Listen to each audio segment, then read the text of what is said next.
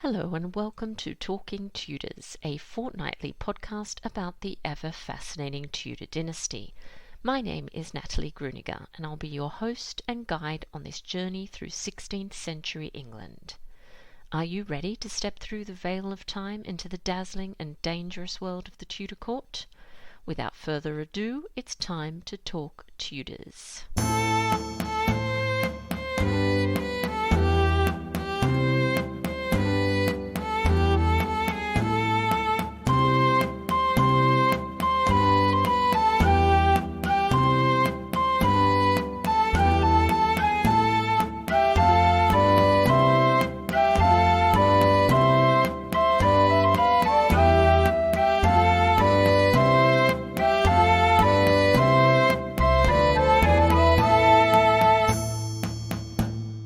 Hello everyone, welcome back to Talking Tudors, episode 120 and the fifth instalment of the All Things Tudor Queens and Consorts series.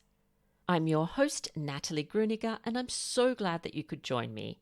As always, I'd like to start by acknowledging and thanking the wonderful listeners who continue to support this podcast via Podbean Patron, and extend a heartfelt thank you to everyone who's taken the time to rate and review the show. This really does make a difference.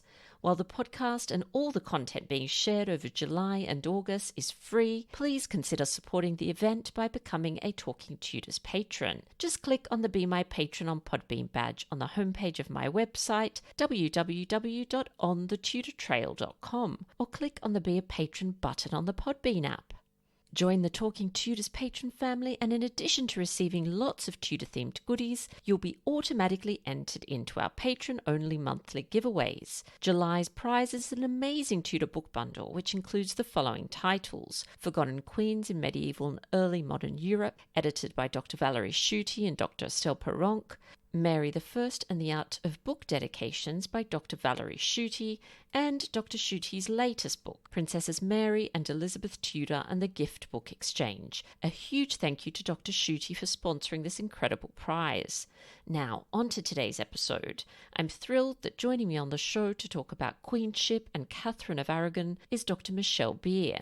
Michelle is an historian and author living and working in Oakland, California. She received her PhD in history from the University of Illinois. Her research focuses on queenship and court culture in early 16th century Britain, specifically on Katherine of Aragon, first wife of Henry VIII, and Margaret Tudor, wife of James IV of Scotland. She's written articles on material culture, diplomacy, and queenly finances. Her monograph, Queenship at the Renaissance Courts of Britain, has recently been released in paperback. Our conversation's coming up straight after this short musical break, courtesy of guitarist Jon Sayles.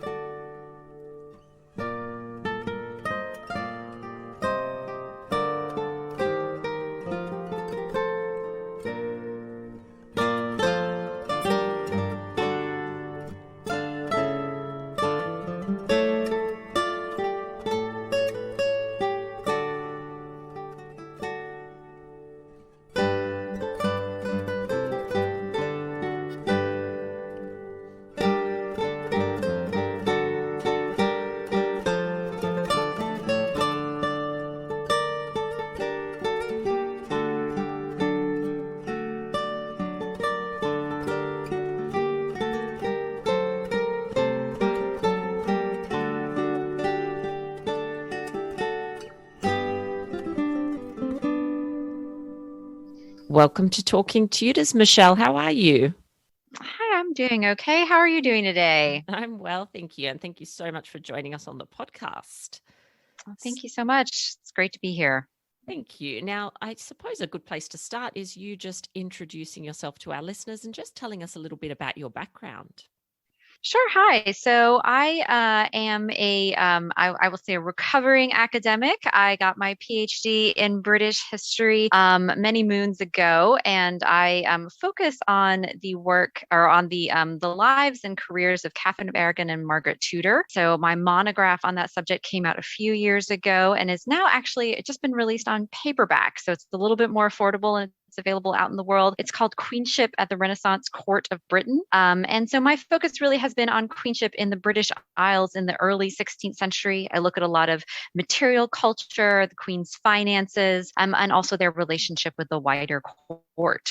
Fantastic. All those juicy details that we all love to know about. Now, you mentioned your wonderful book. So what drew you to this area of study in particular, and why focus on the reigns of Catherine of Aragon and Margaret Tudor? Yeah, I've always been interested in British history. My parents are British, so that's always been sort of just something that I've been interested in. But this period and this topic, it really speaks to me as someone who has always sort of learned history in kind of a very traditional method where it's kind of the great man story. You come to this period in British history and you can't help but pay attention to the women.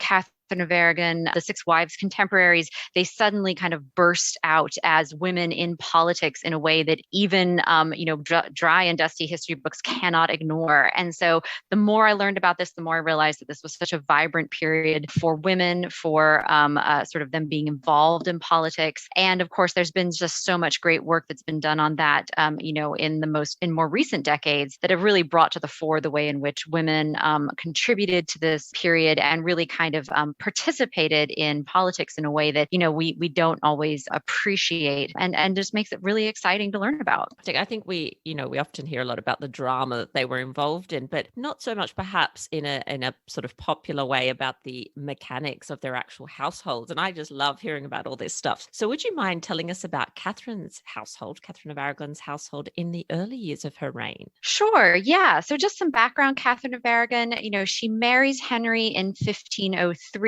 but she's actually been in England for a lot longer than that. She's been in England since 1501 when she arrived to marry Henry's older brother Arthur. And so she's in this very unusual position where she's been living at the court and the English court ever since Arthur's death. And she's had this Spanish household, but they have gradually been kind of essentially abandoning ship, as it essentially looked like she was never going to actually become queen and marry Henry until suddenly she does. And then so in 1509, she has this major reversal of fortune. And as a result of that, she's got a household that really needs to be filled with positions, and mostly by English men and women. And so when she becomes queen, she inherits a lot of the retainers of her previous Queen of England, Elizabeth of York. She also has a few Spanish loyalists that also become part of her household. But it's this really interesting mix of folks that begin to serve her and slot into the sort of positions of the Queen's household. And the Queen's household was really quite large. It was over 100 people. It's organized into departments such as the wardrobe, the chamber, the stables, the kitchens, that kind of thing. And it employed,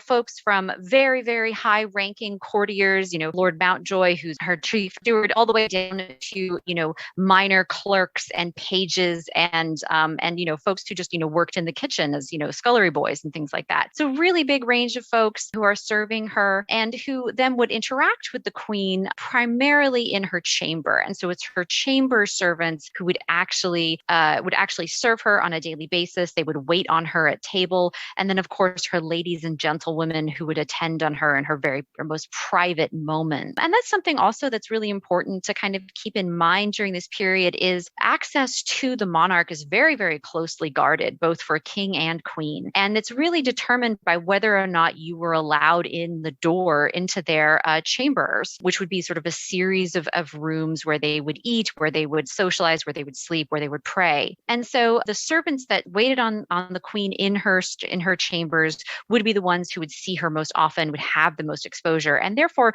would be sort of the closest to her and have the biggest chance for rewards, which is also a very important part of court life. And we also, in this period, we're very lucky. We have a lot of records that show how these servants interacted with the queen. We've got records of gifts that they were given by the queen. We know based on letters and other correspondence that Catherine made sure that they were rewarded with, different types of essentially annuities and other types of positions and properties. And we also have evidence that she participated in making sure that their marriages were arranged, and she would give them gifts for their marriages and sort of act as a go-between. So there's lots of evidence that she took an interest in her closest servants and that they benefited from their relationship with Catherine as well. Just thinking about when it came to Catherine's death, she was quite concerned with ensuring that her staff were well looked after at the end, which I suppose is part of being a good queen. Catherine's household, is it a distinct group? How does it interact with the royal court in general? Yeah, no, that's a really good question. And it's actually very hard to kind of tease out from the records because like a lot of things in the early modern period, everyone is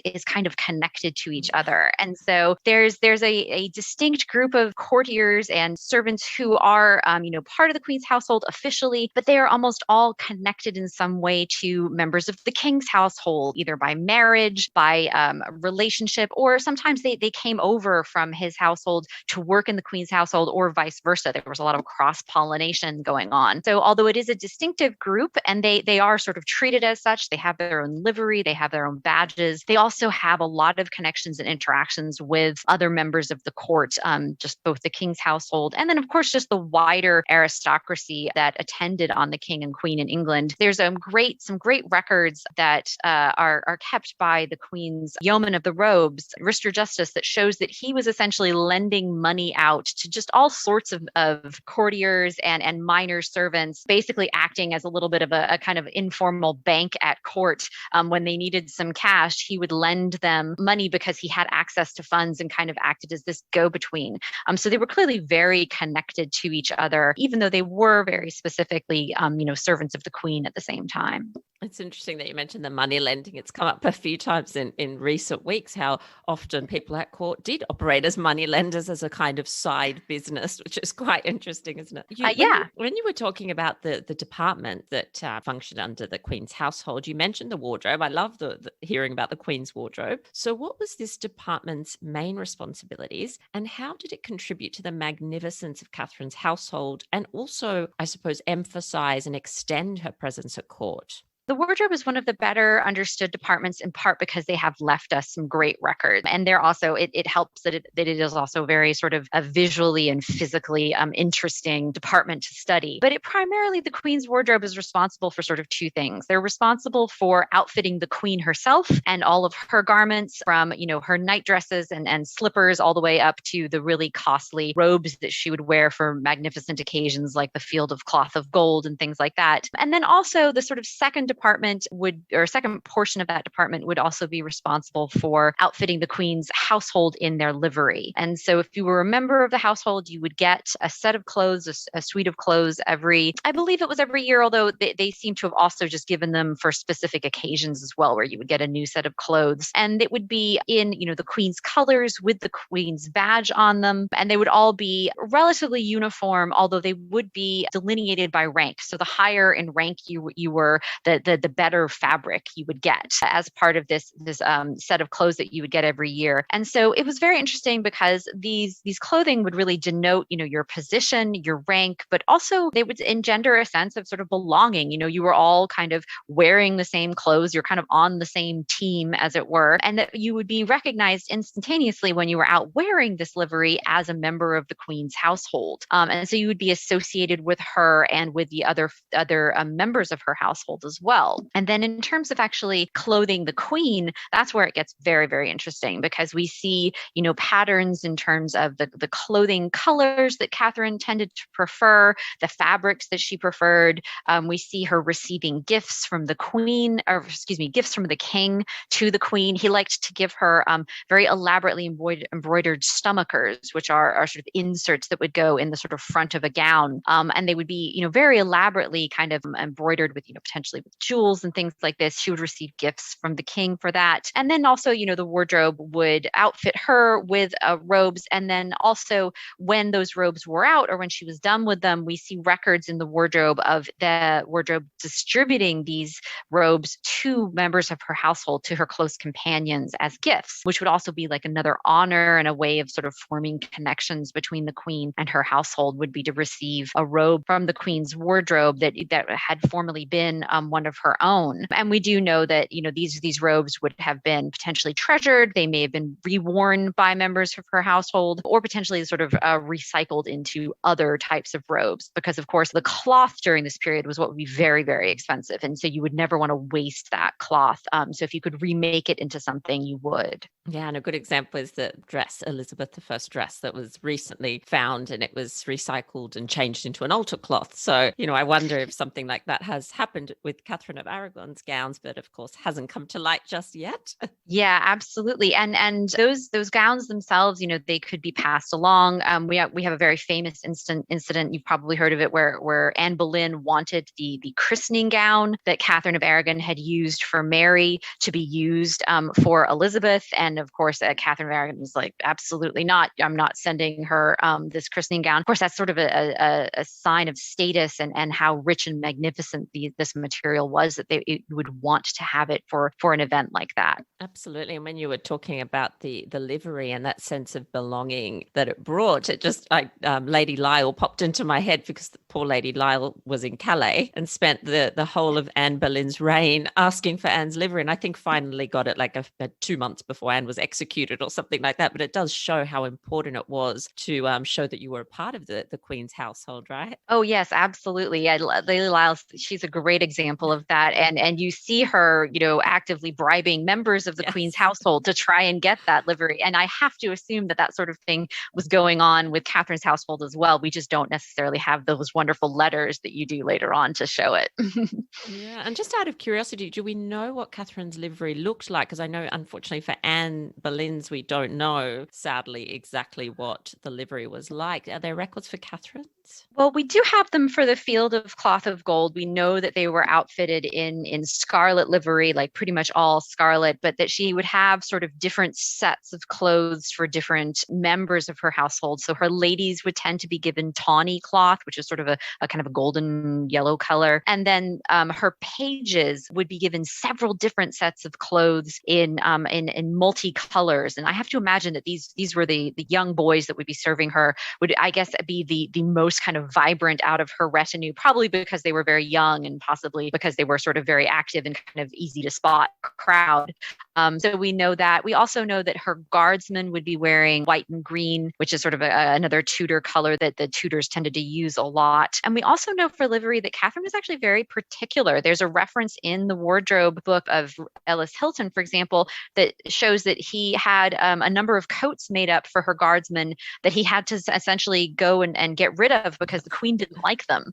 She said, no, they're not good enough. You need to make them up again. So that kind of shows that she's really paying attention to the way her servants are dressed and wants them to look a particular way. Yeah, I love that episode. That's fantastic. It really does show that they were involved, weren't they? They weren't just on the sort of sidelines, they oversaw exactly what was going on. So just continuing on the theme of clothing, can you tell us a little bit more about how at the time this reflected, your honor, your loyalties, and your status? Maybe just go into that a little bit more, just so we understand the importance of clothing at this time. Yeah. So what you wore really defined your social rank in Tudor society. And there was actually legislation called sumptuary legislation that was passed several different points during the Henry VII and Henry VIII's reigns that would define literally the type of material that you were allowed to wear based on your rank in society. And so there were certain materials such as cloth of gold, which is this very fine fabric that had actual gold thread interwoven into it, and it could be made of velvet or silk or some other kind of very fine fabric. That kind of cloth of gold was reserved only for the royal family. And then, if you were a duke, you might be allowed to wear a cloth of silver, and then it would kind of go cascade on down the noble hierarchy.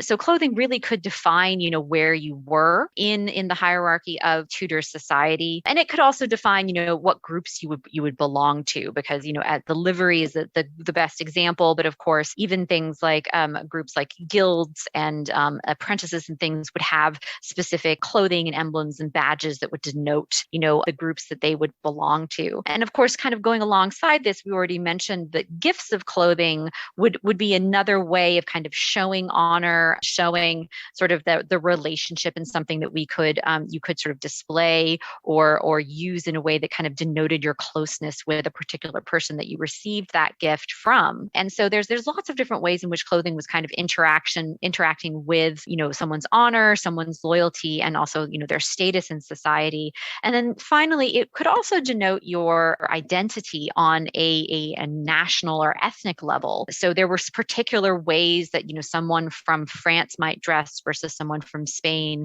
versus England. And so Catherine would also sometimes use a particular Spanish style when she wanted to emphasize her Spanish loyalty and Spanish heritage. So there would be particular ways of wearing her hair where it would be very long and down the back and encased in an embroidered net that would be considered a Spanish style versus, an English style where it might be sort of pinned up under a hood. And so she would sometimes do that to emphasize her Spanish loyalty. And then sometimes the opposite. Sometimes she would wear particularly English styles or English badges, like the St. George's, the badge of St. George, for example, to kind of emphasize her loyalty to England at that particular moment. So there's lots of ways in which clothing kind of interacted with identity on a number of different levels during this period.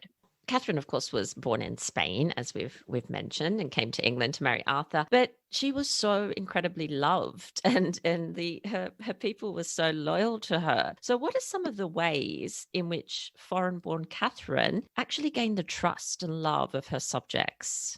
Yeah, so we've talked a little bit about, the gift giving that she would do, and then of course also the arranged marriages for the people that she was actually close to would ensure that the ladies that she brought with her from Spain, who sort of survived those long years in the wilderness, would be able to make connections with English nobility, and that of course is very important for someone in Catherine's position, because the nobility is really the way in which you ensure that you have sort of influence and power kind of throughout the kingdom, because they are the sort of centers of different regional affinities and also influence at court in the king's household and things like that. But beyond the court, there's also a number of ways in which we think that Catherine probably had obtained a sort of strong reputation or a good reputation amongst her people, sort of more generally. We can tell from some of the accounts of her dower lands that she gave alms in a lot of places. She went on pilgrimages, which would have sort of exposed her to the local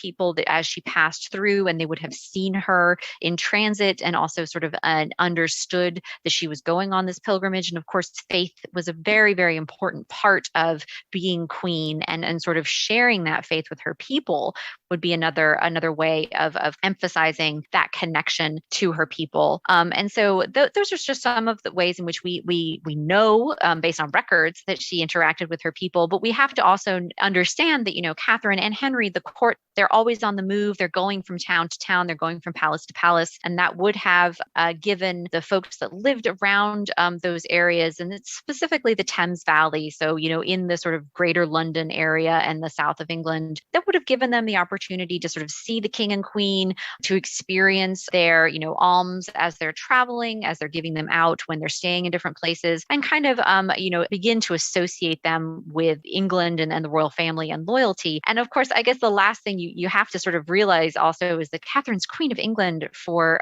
over 20 years. So just the longevity is going to also do a lot of good for her, I think. Yeah, that's such a good point. I think sometimes we forget when we compare Catherine and Anne Boleyn, her successor. It's so difficult because, of course, Anne was only queen for such a short time and Catherine for such a long time. I wonder sometimes what would have happened had Anne had longer, whether her subjects would have changed their mind a little or what would have Yes. happened. One of those what ifs, one of the many what ifs of Tudor history. Michelle, tell us about some of the ceremonial and ritual performances in which Catherine participated, because it is like a big performance, isn't it? Being queen, you're always on show, people are always watching you. And how did these contribute to her influence and power? Yeah, so these ceremonies and rituals that Catherine participates in, they're ways of really emphasizing her association with the royal family, the status of being royal, and also sort of the special position of the royal family in relationship to God in a lot of places. So we have ceremonies that are really focused around royal piety, such as the royal Maundy, which is the ceremony of the rituals washing of feet on the Thursday before Easter or before Good Friday and the Easter after that. So that is something that only royals would really do. And this was a very ritualized washing of the feet of the poor. There would be a designated group. And so that would be something that would kind of set them apart. It was almost quasi-sacral in terms of blessing these people who they were washing the feet of. But then there were also much more sort of joyous and magnificent ceremonies that would really kind of emphasize the pomp and the circumstance and kind of set the royal family apart from everyone else. So I'm thinking here of things like tournaments and jousting, where the queen would be, participating in processions and then sitting up in the stands with all of her ladies, being responsible for giving out, favors and declaring the winner of these tournaments, and really being kind of on display and up on a pedestal as part of sort of the pomp and circumstance of court. And we know that these things would have been attended by, some members of the populace, although for the most part they are going to have an audience of kind of the court. There is definitely a lot of interest in that kind of ritual and ceremony going on at this time. And this all would have helped to kind of emphasize the really sort of special status of the queen and also her relationship with the king, because they would be seen doing these things together. They'd be interacting together. Henry loved to make a show of his loyalty to the queen, especially in like the early days. He would wear her badge. He would call himself Sir Loyalheart. It would be very much kind of a courtly love on display as part of this ideal of kind of a knight errant or what have you that Henry liked to play at. And so Catherine's a part of that. He needs a lady to fight for in essence. And in the early days of marriage, she was one. And that would sort of, show folks how close their relationship was, which of course translates into power and influence for Catherine. And another aspect that I became quite interested in the last sort of few years is the Queen's Council. And I know that you spoke about this in your work as well. So can you tell us a little bit about the Queen's Council during Catherine's reign? And I suppose particularly, was this a separate establishment, so separate to the Queen's household? And what were their main responsibilities? Yeah, so the Queen's the Queen's Council is one of the sort of more interesting bodies because it's something that you really have to kind of tease out from the records to get a sense of what's going on there. But once you do, it actually shows a really interesting side of Catherine's potential for becoming a patron and honestly sort of a landholder in this period. The Queen in the reign of Henry VIII and also in the reign of his predecessors would be gifted with properties that she had to manage and would have certain legal rights that she would have to defend and also exercise. And so she would have a council, all men, some of whom were members of her household, but some of whom were also more financial and clerks, not clerical, clerks, advisors who would be responsible for running and her properties and for also giving her advice. And so it wasn't necessarily the same as her household. It was a distinct body, but it often had members in it who were also a part of the Queen's household. And so the distinction would have, again, been quite blurry. This is definitely a period where the bureaucracy of the royal court is still evolving and still kind of figuring itself out. And so the Queen's Council is one of those bodies that is still evolving during this period. But it would have been made up of men that were very close to Catherine, who held important positions on either her estates or in her household. And that would have would have helped her kind of manage the sort of business side of queenship, if you will. Yeah, it's fascinating. When I was looking at some of the records for Catherine's successor, I found that the crossover was really interesting, how some people obviously worked several jobs, I suppose you could say, and that there was also kind of a part-time element or a job share element where sometimes people shared roles, which I thought was really interesting because I never really thought about that before. Did you come across anything like that with Catherine's household or council at all? Yeah, so we see a lot of members of her council who would not only serve the queen as a member of her household and a member of her council, but would also hold lands from her and therefore be sort of officials on the ground responsible for estates. And so they might wear several hats. They might wear 2 or 3 hats in serving Catherine. We know that, for example, some of the folks we've already mentioned, such as Ellis Hilton, who was involved in her wardrobe, also leased properties from her and was essentially a tenant of the Queen's. And other members of her council, such as her chancellor, Robert Poyntz, he and his sons would also hold property. They represented some of the Queen's lands as members of parliament. And so there's lots of different overlaps and doing different types of jobs. And of course, that this sort of evolves because most of these are lifetime appointments. So as these positions become open, Catherine is able to put people loyal to her into these roles on her estates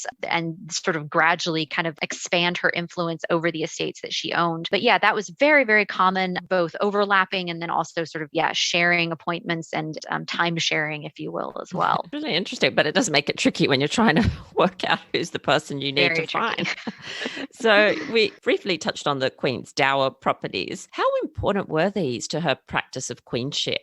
Yeah, so the dower properties are really interesting. They definitely go hand in hand with the Queen's Council. And so just a little bit of background, dower properties, normally when we're talking about them in this period, they are the lands that a woman would inherit when her husband died in order to support her. And so they would usually be a portion of the lands that her husband owned and she would inherit them after his death. For queens, it's actually quite different. The English monarchy kind of sets up in several hundred years before this notion that the queen should inherit or take over her dower properties while the king was still alive, with the idea that those properties would fund her household, provide her with the necessary income that she might need to live as a queen. And so essentially so that the king couldn't then be bothered by the queen's debts. So they were essentially trying to sort of give the queen a budget and make her stick to it. Of course, that almost never happened, but it did have this interesting side effect of making the queen essentially a landholder in England. The properties were hers to administer. She was responsible for, running them. And of course, she didn't do it herself. She had this council that would help her with it. But she was ultimately the person who owned these lands during her lifetime. And then once the king died, they would be her lands in her widowhood. And so she becomes a regional magnate during this period on a par with some of the great dukes of the realm. Her properties were roughly similar in income and size to, grand personages such as the Duke of Buckingham or, Charles Brand and the Duke of Suffolk, which is sort of very interesting because Catherine is a foreign-born woman who is married, and yet she is administering and overseeing these properties. And so it gives her a great deal of independence, of institutional authority, and also it gives her a lot more contact with her people because all of those properties, they have tenants, they have estate officials, they have lands that need to be overseen, and they also get involved in lawsuits, and they need to be protected from the predations of other sort of aspiring landowners during this period. That the early modern period was a golden age of property disputes. So you get a lot of that going on in the records as well. And so all of this kind of contributes to her institutional authority, because she's not just a figure on a pedestal, she's also in practice someone whose authority and name is invoked in land documents and court proceedings. And this is happening in scattered across the country. Her states are sort of all over, mostly the south of England, but some extending up into the north and the southeast as well. So lots of different opportunities there for her to really kind of carve out an identity and an authority of her own using these dower properties. So really essential, isn't it, to the practice of queenship? Because even if they're not traveling to all the locations, their presence is still evoked there, as you said. That's really interesting. And of course, the income allows them to build those ties of loyalty and patronage, doesn't it? And I know that Henry often had to top up his wife's income. It wasn't sufficient. Yeah, it's a little interesting because the income, it's there. She definitely gets income from the properties, but what's really important is the fact that she could give the jobs essentially on these properties. Officials and receiverships and all this kind of stuff out to members of her household and her affinity. And so that's where the real kind of benefit lies. Is maybe not so much the income as the fact that she can give this out to members of her household as a way of rewarding them. What are some of the other ways in which Catherine interacted with her subjects and strengthened those ties of patronage? We've mentioned quite a few, but are there any others that you'd like to note? We've talked about giving out annuities to members of her household and arranging marriages for them, which were often very advantageous, and also appointing them as officials on her estate. We also, she does definitely also has a lot of church patronage to distribute, which we haven't necessarily touched on, but a lot of her lands also come with or are associated with a different types of churches, such as priories and monasteries and things like that she, as the local landholder, would expect to be able to appoint various positions to. And we have records that show that she was actually very vigorous in defending that ability to appoint her favorite clerics to positions in the church. And so it's very interesting because Catherine, she has this reputation as being very loyal to the church. She famously, is very loyal to, the Pope by the end of her reign when she becomes in conflict with Henry. But that doesn't mean that she is just going to sort of let the church walk all over her as a landholder. She actually wants to make sure that, when a position becomes vacant in these different livings that she holds, that she is the one who gets to choose who's going to be the next, abbot or prior or what have you of these different positions. So I think that's also an interesting sort of insight into her character, that she isn't just some sort of docile, very pious woman. She's also a very shrewd sort of politician and businesswoman in some ways. Religion, we can't underestimate or say enough how important religion was at this period. It was a sort of backbone of everything. So what role did queenly piety play in the successful performance of queenship? Yeah, you're absolutely right that the piety really is kind of a cornerstone for all public figures, but the monarchy and queens especially. And it's worth remembering that Catherine was really the last English queen for whom the loyalty to the established Catholic Church was completely uncontroversial. It was what nearly everyone in England that, held in this period. Protestantism is just a gleam in the eye of a few London radicals when Catherine is queen for most of her reign. And so she's uncontroversially Catholic and pious in a very public manner. And almost all of her subjects would have also felt the same way and would have expected her to behave this way and would have seen her piety as a proper and good thing, not only for themselves, but for the country as a whole. Having a monarch who is loyal to God is a way of ensuring that England itself will be blessed and that by extension your lives would be better, hopefully. And so there's a number of public expressions of her piety that would have emphasized this fact. We talked a little bit about the Royal Maundy, which is this very elaborate ceremony that she participated in. The pilgrimages across England. She was very avid pilgrimage goer, sort of much more so than her husband. So she would have been associated with that more so than him, I think. And gifts of alms. Nearly everywhere she stayed would have given out alms to the poor at her gate. So these were all very public displays of Catherine's faith that would have, been in the minds of her people that would have seen them or heard about them in different ways. You mentioned the sort of expected behavior of a queen when you were talking just then. So they were really expected to be beyond reproach. Can you talk to us a little bit about that? Because I think that's quite interesting. the reputation is so important for women in this period, especially, but then queens in particular, and being able to show in a public manner that you are doing all of the right things, essentially. Attending church, performing these pilgrimages, giving out alms, being a loyal wife of the king in various ways. Having that public image and that reputation really solidifies and is kind of a protection for Queen, because as we can see with her successor, Anne Boleyn, a reputation is incredibly hard to kind of get back if you do something that is controversial, such as marry a king in a very controversial manner. And so Anne Boleyn has an enormous amount of trouble, in part because it's very difficult to get your reputation back if you begin to lose it, and to establish yourself in that way. And so Catherine is very shrewd in that way. She definitely behaves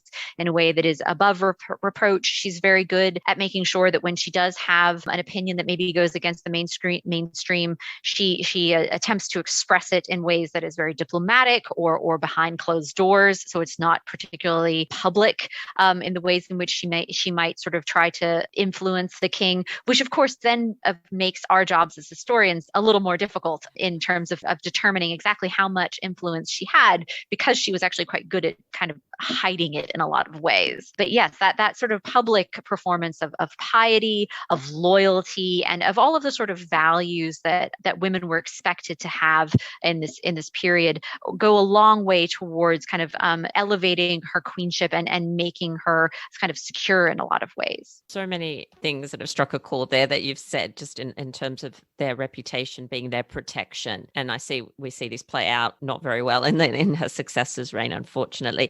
So I'm assuming that because of this reputation, I think in your book and in your work, which I love, you talk about this kind of moral capital that Catherine's been building throughout her reign. And I love this idea because then, of course, she draws on this later on when there's all the dramas with her marriage. So presumably these are the reasons why you sort of feel that when Henry tried to get rid of her and she resisted, that the public really did not criticize her subjects. And normally you'd think, okay, she's going against her husband, against her king, that there would be a lot of criticism, but there wasn't. So how do you think she avoided this sort of public opprobrium at this time? So this is a very interesting and I think sort of potentially really fruitful area for study, I think, because I've only sort of touched on it very briefly. But I think, we see that Catherine is able to position herself during her resistance to Henry as being on the side of God, of sort of drawing on her reputation for piety, of her reputation for being loyal to the church, to really emphasize that she's not opposing her husband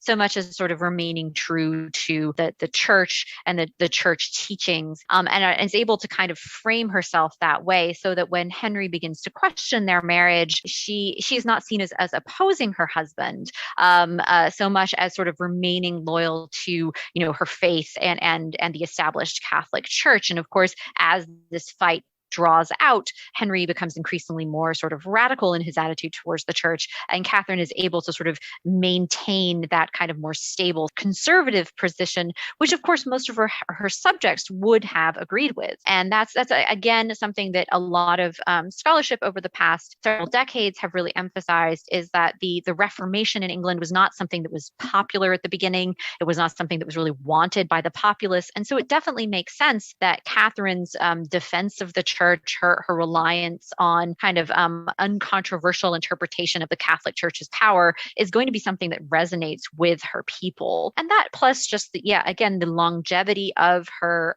tenure as queen, the fact that she really sort of makes all of the right moves and does the right things during that period in public, that all kind of goes towards protecting her as someone who essentially is opposing her husband and preventing him from doing what he wants to do. But also then the next step is that it means that Henry can't make a lot of unilateral changes and moves against her for out of a certain amount of paranoia against what would happen if he did that. He's very conscious of his reputation, both at home and also abroad. And so he knows that he can't simply, claim something very outlandish against Catherine, like claiming that she's disloyal or something like that, or was unfaithful, just to get rid of her, which certainly in the past, for a lot of queens, that was the way you got rid of someone you didn't want. You stirred up a bunch of rumors about her, locked her in a tower somewhere, and just sort of moved on with your life. And he really couldn't do that with Catherine,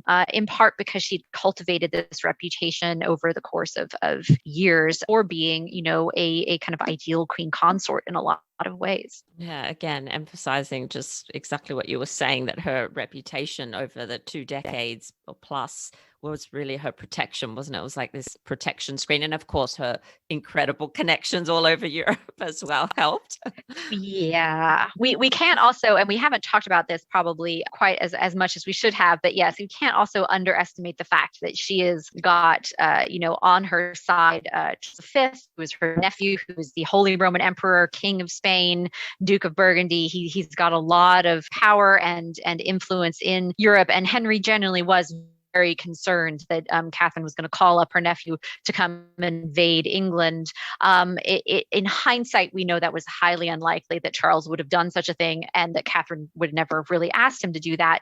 But that also is definitely a part in her arsenal, at least against Henry, that she could have done that. Now, I think publicly, with the populace, that would have actually been the wrong move to make, because there's nothing the English populace at this period hated more than foreigners. And so she's actually better off kind of emphasizing the fact that she has been in England for this period of time, that she really is the Queen of England, and sort of downplaying her foreign connections, at least in public, whereas in private, absolutely, she's relying on those connections to get what she wants and to protect her as well. Incredibly shrewd and astute politician, Katherine of Aragon. And of course, she was raised to be queen, like from her earliest memory. That's probably, which is a big difference with Henry's other consorts, well, subsequent consorts, really, isn't it? Because she just knew perfectly how to perform the role. Yeah, and we see both during this period where she's determined to hold on to it, but also even when back when she's just a teenager arriving in England after Arthur's death, she really believes that it is her sort of God-given destiny to be Queen of England, and so it becomes something that she holds on to very, very tightly during 2 very difficult periods of her life. And so, although as much as we want to, emphasize that she's a very shrewd political operator, she's a very intelligent woman, there's also a certain amount, I think, of emotional attachment to this role and to this belief and this faith in the fact that she should be Queen of England that we also can't discount, right? These are flesh and blood people that we're talking about. They're not just sort of, Machiavellian politicians at the same time. Yeah, absolutely. Great point. Now, in the sort of popular mind, I think things are shifting a little bit, but generally when we think of Catherine of Aragon, we do unfortunately tend to think of the fact that she wasn't able to have the son. She didn't give Henry the heir. Do you think that Catherine was a successful queen consort? I really do. And I mean, I'm absolutely biased. I've spent a large chunk of my life studying her. I will admit that fully. But I think by any measure of what queens should have done and needed to do during this period, she fulfills them on multiple levels. Now, that doesn't mean, in the end, it's sort of a real kind of testament to the fact that you can be very successful at something and still ultimately it's just not good enough for Henry VIII, which I think says probably more about Henry than Catherine, because I think there's a lot of what ifs in Tudor history, as you've said before. There's no real reason why just having a daughter should have made her automatically an unsuccessful consort. There's lots of precedents of what to do when you have only a female heir, and that was not necessarily sort of a complete a black mark on her her queenship. It really is the fact that Henry decided to make it the issue when he essentially becomes convinced that God is punishing him and that's why he doesn't have a male heir. Up until that point, I don't think it would have been really truly an issue. And let's be honest, also, nature would have likely taken its course. There's certainly every chance that Catherine was going to predecease her husband. She was older than him. He definitely would have had additional opportunities to marry and get a male heir. So there's lots of ways in which this could have turned out very differently if Henry hadn't sort of just decided to take matters into his own hands, I think. Michelle, this has been such a fascinating discussion. I really do love looking at queenship and discussing perhaps some of the things we don't hear about too often. But at the end of all the episodes in this series, I'm asking my guests for a Tudor Queen's takeaway. So this is something for our listeners to go off and explore after the show that may just deepen their understanding of the period or of queenship in general, or of one particular queen, if you like. So do you have a takeaway for us? Yeah, so I would love to recommend a novel, something fun, but I think also something that really allows you, immerses you into the world of the Tudor court during this period. And it's not specifically about queens, but it is about women and their roles in this court. And I think it does a really great job of showing the sort of socialization, the interactions between men and women, the different pressures that women were under to marry, but also to maintain that reputation, as we've been talking about before. And so it's called Forsaking All Other by Katherine Meyrick. And I think it's set a little bit after the time period we've been discussing today. I tend to prefer things that are a little bit farther away from my own period because I find that it allows me to relax a little bit more after a day of work. But I think that it does. I just really impressed how well the author manages to convey both the sort of perils of being a gentlewoman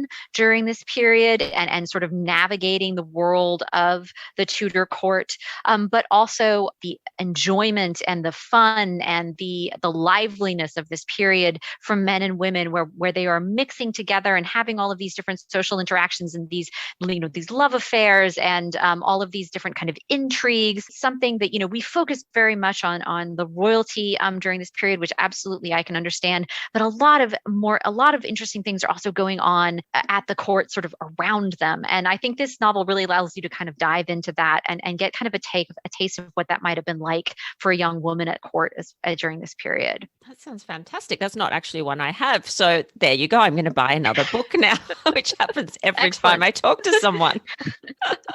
Oh, good. Now, before I let you go, are you working on anything Tudor related at the moment, or have you moved on to other subjects? I have primarily moved on to other subjects. As I said, I'm a recovering academic.